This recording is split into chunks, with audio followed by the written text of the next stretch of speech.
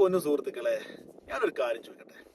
ഒരു സ്ത്രീയും ഒരു പുരുഷനും തമ്മിൽ ഇഷ്ടപ്പെടുന്നു, അവരുടെ ഒരുപാട് കാലം ഒരുമിച്ച് ജീവിക്കുന്നു, വളരെ സന്തോഷത്തോടെ പല പാർക്കിലും ബീച്ചിലും അവരങ്ങനെ നടന്ന് എൻജോയ് ചെയ്ത് സ്വന്തം എന്ന് കരുതിയ അവളെ അവനും അവനെ അവളും സ്നേഹിച്ചു.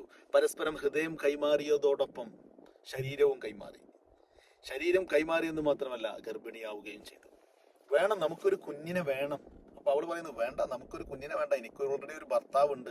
ഞാൻ എൻ്റെ ഭർത്താവിനെയും ഭർത്താവിന്റെ അമ്മയെയും അച്ഛനെയും വീട്ടുകാരെയും എൻ്റെ അമ്മയെയും അച്ഛനെയും വഞ്ചിച്ചിട്ടാണ് നിങ്ങളുടെ കൂടെ ഇറങ്ങി പോന്നിട്ടുള്ളത്. അപ്പൊ ഇദ്ദേഹം പറയുന്നു, എൻ്റെ വിവാഹം കഴിഞ്ഞിട്ടില്ലല്ലോ, ഞാൻ നിന്നെ വിവാഹം കഴിക്കാം, കുഴപ്പമില്ല, എനിക്കൊരു കുഞ്ഞ് വേണം എന്ന് പറയുന്നു. കുഞ്ഞ് വേണ്ട, പരിപാടി മാത്രം മതി എന്നല്ല പറയുന്നത്. Note the point. ഞാൻ മനസ്സിലാക്കിയ കാര്യമാണ്. എനിക്കെതിരെ കൊലവിളിയുമായിട്ടും എന്നെ നിങ്ങൾ കൊങ്ങിയാക്കും, കുറെ ആളുകൾ ജിഹാദിയാക്കും, കുറെ ആളുകൾ സുഡാപ്പിയാക്കും, കുറെ ആളുകൾ അരിവാൾ സുന്നിയാക്കും. എന്താക്കിയാലും കുഴപ്പമില്ല, അതൊക്കെ നിങ്ങളുടെ ഇഷ്ടം. അപ്പോ ഈ വ്യക്തി പറയാണ്, എനിക്കൊരു കുഞ്ഞ് വേണമെന്ന് പറയുന്നത്. ഒരുപക്ഷെ അതിലൊരു സത്യസന്ധതയുണ്ട്. കുഞ്ഞ് വേണ്ട, പണി മാത്രം മതി എന്നല്ല പറയുന്നത്. കാരണം കുഞ്ഞ് ജനിക്കാതെ ബന്ധപ്പെടാനുള്ള മാർഗങ്ങൾ ഒരുപാടുണ്ട്. എന്നിട്ടും ഇദ്ദേഹം ബന്ധപ്പെട്ടു, കുഞ്ഞായി, ഗർഭിണിയായ സമയത്ത് ഒരുപക്ഷെ എന്തുകൊണ്ടോ ഇദ്ദേഹം അവരെ കൈയൊഴിഞ്ഞു എന്നുള്ളത് അറിയാൻ മേല. എന്തായാലും ഇദ്ദേഹത്തിന്റെ ഭാഗത്തും അവരുടെ ഇരയുടെ ഭാഗത്തും തെറ്റുണ്ട്. രണ്ടുപേരും പരസ്പരം ബന്ധപ്പെട്ട് കുഞ്ഞ് വേണമെന്ന് ഇദ്ദേഹം പറഞ്ഞപ്പോൾ അവര് സമ്മതിച്ച് അങ്ങനെ പരിപാടിയൊക്കെ നടന്നു. പരിപാടിയൊക്കെ കഴിഞ്ഞ് ഇവര് ഒരുപാട് കാലങ്ങൾക്ക് ശേഷം ഇവര് പറയുന്നത്, നമുക്ക് ഈ ബന്ധം മുമ്പോട്ട് കൊണ്ടുപോകാൻ പ്രയാസമുണ്ട്, അതുകൊണ്ട് നമുക്ക് കുഞ്ഞിനെ അബോർഷൻ ചെയ്യാം. തെറ്റാണ്. ആദ്യം മുതലേ തെറ്റിലൂടെ സഞ്ചരിച്ചത് കാരണം വന്നു പോകുന്നത് മൊത്തം തെറ്റാണ്. അങ്ങനെ എന്തായാലും രണ്ടുപേരുടെയും സമ്മതപ്രകാരം അബോർഷൻ നടന്നു. രണ്ടുപേരും തുല്യ തെറ്റുകാരാണ് എന്നാണ് ഞാൻ പറയുന്നത്, ശരിയാണ് എന്നല്ല. ഓക്കെ, അബോർഷനും നടന്നു. വർഷങ്ങൾ കഴിഞ്ഞു.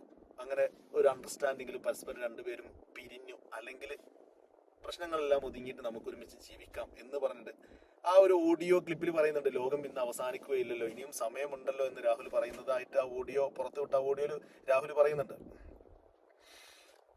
എന്തായാലും രണ്ടാളും പരസ്പരം മനസ്സിലാക്കിയിട്ട് പരസ്പരം ഒരു അണ്ടർസ്റ്റാൻഡിങ്ങിൽ എത്തിയിട്ട് അവര് അവിടെ വെച്ച് ഒന്നുമില്ലെങ്കിൽ അത് താൽക്കാലികമായി സ്റ്റോപ്പ് ചെയ്യുന്നു, അല്ലെങ്കിൽ പെർമനന്റ് ആയിട്ട് പരസ്പരം സംസാരിച്ച് മനസ്സിലാക്കിയിട്ട് സ്റ്റോപ്പ് ചെയ്യുന്നു. പിന്നീട് വർഷങ്ങൾക്ക് ഇപ്പുറം ഈ ചങ്ങാതി ഒരു മന്ത്രി ആവുന്നു, അല്ലെങ്കിൽ ഒരു MLA ആവുന്നു, അല്ലെങ്കിൽ ഒരു MP ആവുന്നു, അല്ലെങ്കിൽ നല്ലൊരു ഗായകനാവുന്നു. വേടനെ പോലെ പെട്ടെന്ന് കേരളം ഇളകി മറിക്കുന്ന ഒരു ഗായകനായി മാറുന്നു, അല്ലെങ്കിൽ ബോച്ചയെ പോലെ ഒരു ബിസിനസ് മാൻ ആവുന്നു. ആ സമയത്ത് മുമ്പൊന്നുമില്ലാത്ത പ്രശ്നം ഈ ഇര എന്ന് പറയുന്ന വ്യക്തിക്ക് വരികയും അവരെ റേപ്പ് ചെയ്തു എന്ന് പറയുകയും ചെയ്യുന്നതിനോട് എങ്ങനെയാണ് യോജിക്കാൻ കഴിയുന്നത്? അതെങ്ങനെയാണ് റേപ്പ് ആവുന്നത്? അതെങ്ങനെയാണ് പീഡനമാവുന്നത്? പരസ്പരം സമ്മതത്തോടു കൂടിയാണ് ബന്ധപ്പെട്ടത്. കയ്യും കാലും കെട്ടിയിട്ടിട്ട് ഭർത്താവുള്ള ഒരു പെണ്ണിനെ ഭർത്താവിന്റെ വീട്ടിൽ കയറി പീഡിപ്പിച്ചതല്ല. ഭർത്താവ് അറിയാതെ, ഭർത്താവിന്റെ വീട്ടുകാരറിയാതെ ഇറങ്ങി വരുമ്പോൾ എത്രമാത്രം ഇവര് പരസ്പരം മനസ്സിലാക്കിയിട്ടും പരസ്പരം ഇഷ്ടപ്പെട്ടിട്ടുമായിരിക്കണം. എന്നിട്ടെല്ലാം കഴിഞ്ഞ് ഇദ്ദേഹം നല്ലൊരു പൊസിഷനിൽ എത്തുന്ന സമയത്ത് ഒരുപക്ഷെ മറ്റുള്ള പ്രേരണകൾ കൊണ്ടാവാം, ഇത്രയും കാലം ഇവരെല്ലാവരും പറയുന്ന ഒരു വിഷയം എന്താണെന്ന് വെച്ചാൽ, അന്ന് എനിക്കതിന് കഴിഞ്ഞില്ല, അന്ന് പേടിയായിരുന്നു. അന്ന് എന്ത് പേടി, എന്ത് മണ്ണങ്ങട്ട. അന്ന് ഈ ചങ്ങാതിക്ക് അധികാരമില്ല, പവറില്ല, ആൾബലമില്ല. ഇന്ന് ആൾബലമുണ്ട്, അധികാരമുണ്ട്, പവറുണ്ട്. ഇതൊന്നുമില്ലാത്ത കാലത്ത്, അധികാരമില്ലാത്ത കാലത്ത് അദ്ദേഹത്തിനെതിരെ ധൈര്യമായി പരാതി കൊടുക്കാമായിരുന്നു.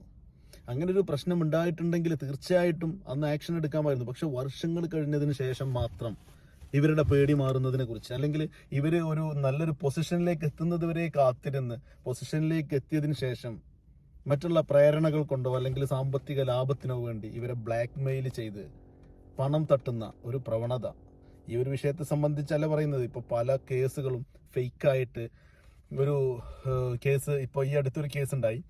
280 ദിവസമാണ് ആ ഒരു 75 പ്രായമുള്ള ആ ഒരു മനുഷ്യൻ ജയിലിൽ കിടന്നത്. 280 ദിവസത്തിന് ശേഷം പരാതി കൊടുത്ത് ഈ പെൺകുട്ടി തന്നെ ഞാൻ വ്യാജ പരാതിയാണ്, വ്യാജ മൊഴിയാണ് നൽകിയതെന്ന് പറഞ്ഞ് അങ്ങനെ അത് കേസ് ജയിലിൽ നിന്ന് അദ്ദേഹത്തെ പുറത്താക്കി. ഒരു 10ാം ക്ലാസ്സിൽ പഠിക്കുന്ന ഒരു പയ്യനെ 13 ദിവസം ജയിലിലിട്ടു. ഇങ്ങനെ എത്ര എത്ര വ്യാജ പരാതികൾ, ഇത് വ്യാജമാണെന്നല്ല പറയുന്നത്, വ്യാജ പരാതികൾ എത്രമാത്രം കെട്ടിച്ചമക്കപ്പെടുന്ന പരാതികൾ. ഈ സ്ത്രീകൾക്ക് നിയമം ഒരു പരിഗണന നൽകുമ്പോൾ ആ പരിഗണനയെ മുതലെടുക്കുന്ന രീതിയിൽ, അതിനെ ചൂഷണം ചെയ്യുന്ന രീതിയിലുള്ള ഈ ഒരു പ്രവണത, ഇത് പുരുഷന്മാരുടെ നെഞ്ചത്തേക്ക് കയറാനുള്ള, അല്ലെങ്കിൽ ഒരു രാഷ്ട്രീയ ആയുധമാക്കാനുള്ള, അല്ലെങ്കിൽ ഒരു ജാതി മത ആയുധമാക്കി മാറ്റുന്നതിനെ കുറിച്ചാണ് സംസാരിക്കുന്നത്.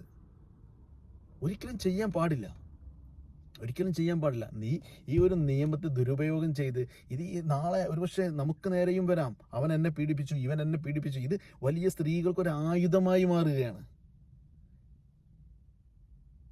ഈ രണ്ടു പേരുടെയും സമ്മതത്തോടു കൂടി, ഇത് എനിക്ക് അത്ര ആലോചിച്ചിട്ടും മനസ്സിലാവാത്തത്, രണ്ടു പേരുടെയും സമ്മതത്തോടു കൂടി രണ്ട് ആളുകളും ബന്ധപ്പെടുകയും പിൽക്കാലത്ത് വർഷങ്ങൾക്ക് ശേഷം, ആ ഇന്ന് ബന്ധപ്പെട്ട നാളെയല്ല പരാതി, വർഷങ്ങൾക്ക് ശേഷം ഇതൊരു പരാതിയായി കൊണ്ടുവരികയും പീഡിപ്പിച്ചവൻ അഥവാ ബന്ധപ്പെട്ടവൻ പ്രതിയും ബന്ധപ്പെടാൻ ക്ഷണിച്ച് ഭർത്താവുള്ള കുട്ടികളുള്ള പല സ്ത്രീകൾ, ഈ സ്ത്രീയെ കുറിച്ചല്ല പറയുന്നത്, കുട്ടികളുള്ള ഭർത്താവുള്ള വലിയ മക്കളുള്ള സ്ത്രീകൾ വരെ ഒളിച്ചോടുന്ന ഇതുപോലെയുള്ള കേസുകളിൽ പെടുന്നു. എന്നിട്ട് അവർ ഇരയും മറ്റവൻ പ്രതിയുമാകുന്ന ഈ ഒരു പ്രവണത, ഇത് അത്ഭുതപ്പെടുത്തുന്നൊരു പ്രവണതയാണ്.